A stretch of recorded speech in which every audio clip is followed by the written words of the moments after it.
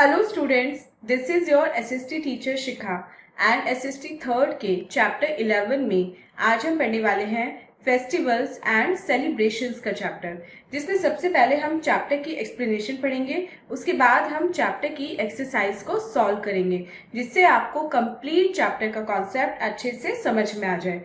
So without wasting any more time, let's get started. So students, this is our today's chapter number 11, and the name of the chapter is Festivals and Celebrations. इस chapter में हम पढ़ेंगे festivals and celebration के बारे में। तो सबसे पहले लर्निंग ऑब्जेक्टिव्स में देखते हैं आज हमें कौन कौन से टॉपिक कवर करने हैं।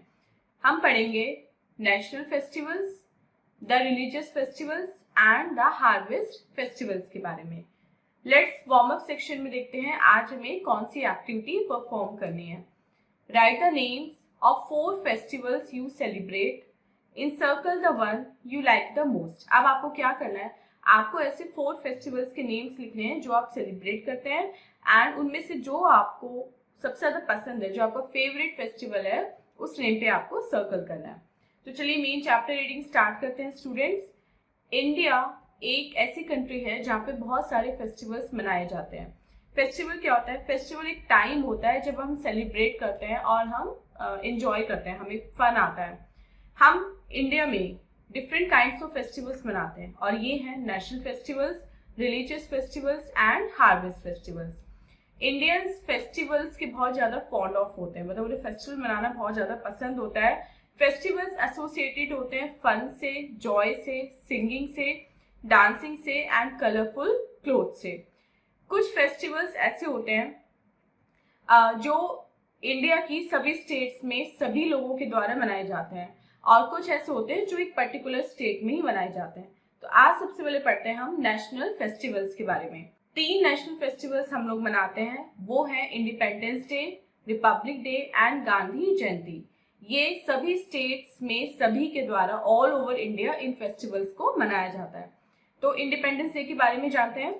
हमारा इंडिया जो है वो 15 अगस्त 1947 को इंडिपेंडेंट हुआ था, इसलिए इस दिन को हम इंडिपेंडेंस डे के रूप में मनाते हैं। जो मेन फंक्शन है इंडिपेंडेंस डे का, वो दिल्ली में रेड फोर्ट जो है वहां पे ऑर्गेनाइज किया जाता है। इस दिन प्राइम मिनिस्टर क्या करते हैं, नेशनल फ्लैग को होइस्ट करते हैं और इंडिया के जो पीपल हैं उनको एड्रेस करते हैं, उनको लेक्चर देते हैं, उनको संबोधित करते हैं। पूरा जो नेशन है, होल ऑफ इंडिया, हम जो फ्रीडम फाइटर्स हैं उनकी मेमोरीज को रिमेम्बर करता है, उनके बारे में और अधिक इंफॉर्मेशन लेता है, जिन्होंने हमारे देश के लिए बलिदान दिया और हमारी कंट्री को आजाद कराया। स्कूल और कॉलेजेस में भी इंडिपेंडेंस डे पे बहुत सारे कल्चरल प्रोग्राम्स ऑर्गेनाइज किए जाते हैं, और चिल्ड्रन क्या करते हैं, वो फैंसी ड्रेस में कोई फ्रीडम फाइटर बन के आता है और कोई पेट्रियट बन के आता है, और ड्रेस कॉम्पिटिशन ऐसे स्कूल्स में ऑर्गेनाइज किए जाते हैं। सेकेंड पढ़ते हैं रिपब्लिक डे के बारे में। इंडिया 26 जनवरी 1950 को एक रिपब्लिक बना था, इसलिए इस दिन को रिपब्लिक डे के रूप में ही सेलिब्रेट करते हैं। और रिपब्लिक डे का जो मेन फेस्टिवल होता है वो होता है दिल्ली में राजघाट पे। इसमें जो आर्म्ड फोर्सेस होती हैं, पुलिस और स्कूल चिल्ड्रन और जो फोक डांसर्स होते हैं, वो स्पेशल परेड में पार्टिसिपेट करते हैं।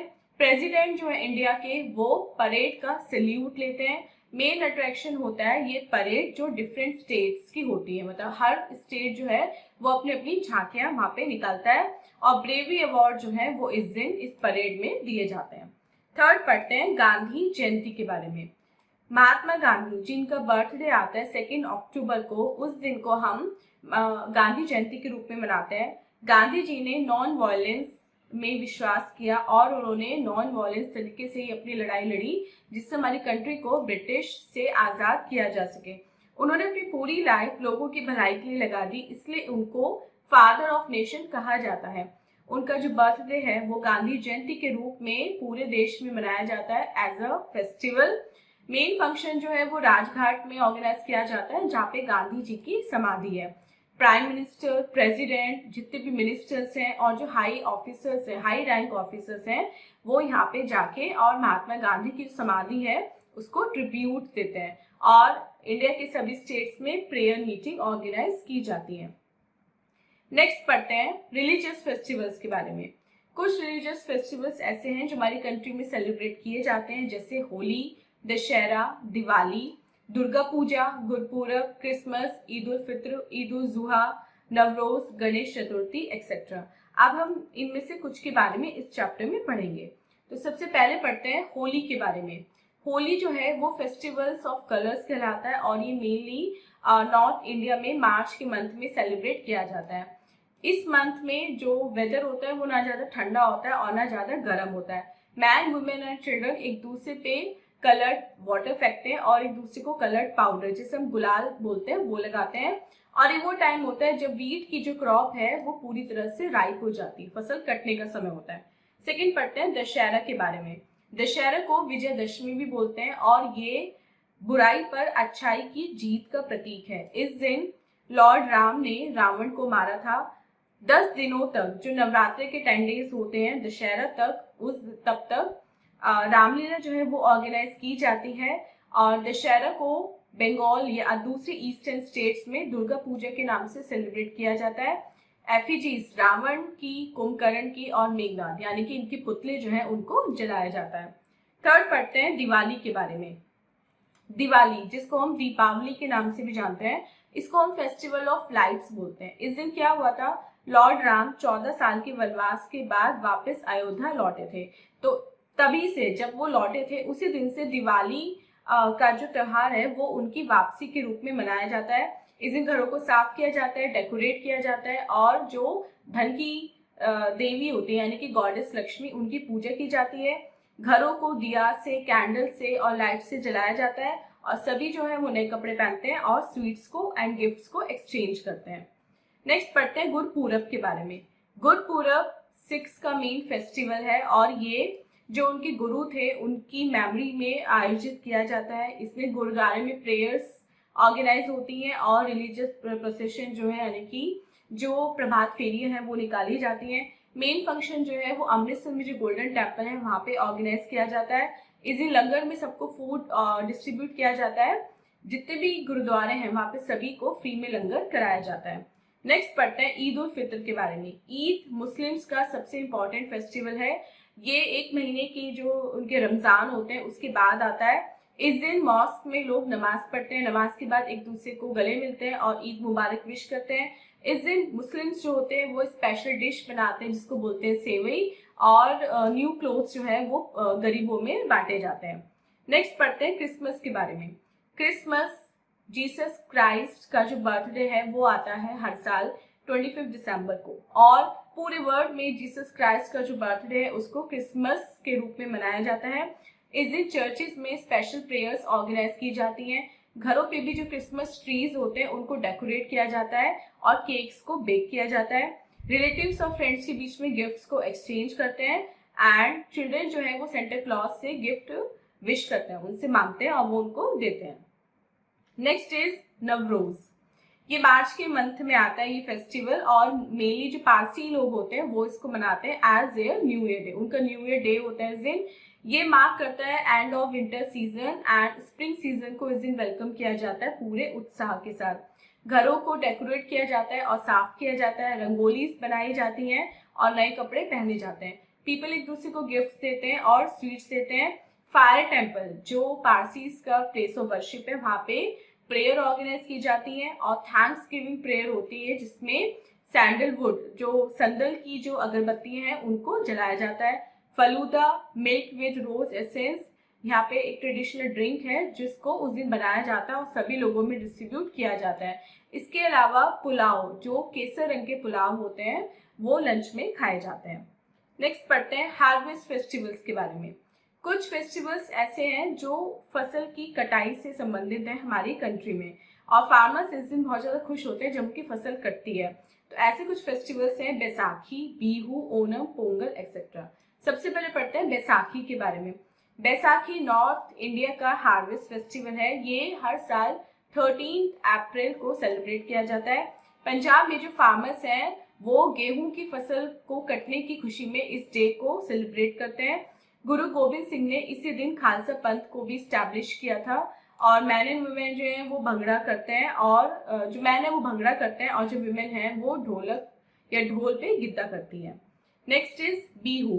बिहू एक पॉपुलर फेस्टिवल है, हार्वेस्ट फेस्टिवल है असम का। ये एक साल में 3 बार मनाया जाता है। इस दिन गर्ल्स जो है वो ट्रेडिशनल ड्रेस पहनती हैं और बिहू डांस करती हैं। मेन अट्रैक्शन जो है इस फेस्टिवल के वो है bonfire, singing, dancing and feasting. Next is Pongal. Pongal harvest festival है तमिलनाडु का। ये 3 दिन तक जनवरी के मंथ में मनाया जाता है। और इसको क्यों बनाया जाता है? क्योंकि इस दिन चावल की जो फसल है उसको हार्वेस्ट किया जाता है। पीपल अपने यहाँ कोलम्स, जिनको हम बोलते हैं नॉर्मल लैंग्वेज में रंगोली, उसको बनाते हैं। रेन गॉड, सन गॉड और काउस को इस दिन पूजा जाता है, उनकी पूजा की जाती है। और दूध और गुड़ के साथ जो राइस बनाए जाते हैं वो इस दिन खाए जाते हैं, उनको बोलते हैं पोंगल राइस। और काउस को ये राइस खिलाए जाते हैं। Next is Onam. Onam harvest festival है कहाँ का? केरला का। इसको फेस्टिवल ऑफ फ्लावर्स भी बोलते हैं। ये किंग महाबली के सम्मान में इस फेस्टिवल को मनाया जाता है। यहाँ की जो मेन अट्रैक्शंस हैं वो है snake boat race and decorated elephant. और स्पेशल मील जिसको बोलते हैं ओणम सदाया, वो भी इस पे बनाई जाती है। और उसको केलों के जो पत्ते होते हैं, बनाना लीव्स जो होती है, उन पे सर्व किया जाता है। सभी लोग उस पे बैठ के खाते हैं। सो स्टूडेंट, ये था हमारे फेस्टिवल्स के बारे में चैप्टर। आई होप आपको इसमें नेशनल, हार्वेस्ट एंड रिलीजियस तीनों फेस्टिवल के बारे में काफी कुछ इंफॉर्मेशन मिली होगी। अब चलते हैं अपने लेट्स डू इट सेक्शन की तरफ और देखते हैं लेट्स डू इट सेक्शन में आज हमें कौन कौन से क्वेश्चंस अटेम्प्ट करने हैं। First, tick the correct option. देखते हैं हमें करेक्ट ऑप्शन इसमें कौन सा है। Which of the following is a national festival? National festival is Republic day. Second, which festival is called the festival of colours? Holi. Third, which of the following is prepared on Eid al-Fitr? Sevaiya. Fourth, Bihu is a popular harvest festival of Assam. ये देखते हैं, fill in the blanks with correct words. अब आपको correct words in blanks में fill करने हैं। First question, the Samadhi of Mahatma Gandhi in Delhi is called Rajghat. Second, the month of Ramzan is associated with Eid ul-Fitr festival. Third, Santa Claus distributes sweets and gifts on Christmas. And fourth, rice cooked in milk and jaggery is called Pongal rice. So student, this was the chapter. I hope आपको complete chapter with exercise अच्छे से समझ में आ गया है। And this was our today's video. मिलते हैं अपने नेक्स्ट वीडियो में इसे नेक्स्ट चैप्टर की एक्सप्लेनेशन के साथ। टिल देन आप अपना बहुत बहुत ध्यान रखिएगा एंड बाय बाय।